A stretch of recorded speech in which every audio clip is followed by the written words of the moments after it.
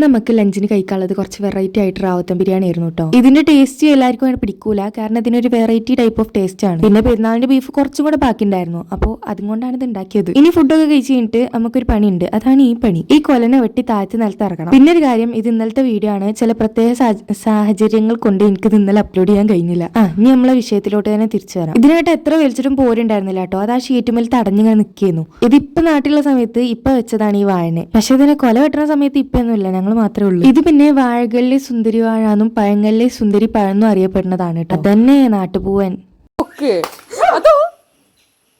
അതെന്റെ അമ്മാന്റെ പുടുത്തം കൊണ്ട് മാത്രം വന്നതാണ്. പിന്നെ ഇതിങ്ങനെ വെട്ടി താഴ്ത്തിറക്കുന്ന സമയത്ത് ആദ്യക്കൊരു പൂതി, അവന്റെ കയ്യിൽ മടാള പിടിച്ചിട്ട് അത് വെട്ടുന്ന പോലെ ഓനൊരു വീഡിയോ എടുത്തു കൊടുക്കണം. അപ്പൊ അതിനൊന്നുകൂടി കളറാക്കാനും വേണ്ടിയിട്ട് ഒരു തോർത്തുമുണ്ട് അവന്റെ തലയിൽ കെട്ടാൻ പറഞ്ഞിക്കണ്. മോനെ കൊണ്ട് കഴിയുന്ന വിധത്തിൽ അവൻ കെട്ടിക്കണ്. ഈ കെട്ടലും പോകലൊക്കെ കാണുമ്പോഴും ഞങ്ങൾ എന്താ കരുതുന്നത്, ഒരു നേക്കിനും മയത്തിനൊക്കെ ഉള്ള വെട്ടലായിരിക്കും. പോകണതും മടാള എടുക്കുന്നതും വെട്ടണതും മാത്രമേ കണ്ടുള്ളൂ. ഞങ്ങൾ ഒരു നിമിഷത്തേക്കാണെങ്കിൽ പോലും ഞങ്ങൾ ജസ്റ്റ് ഒന്ന് പേടിച്ചു.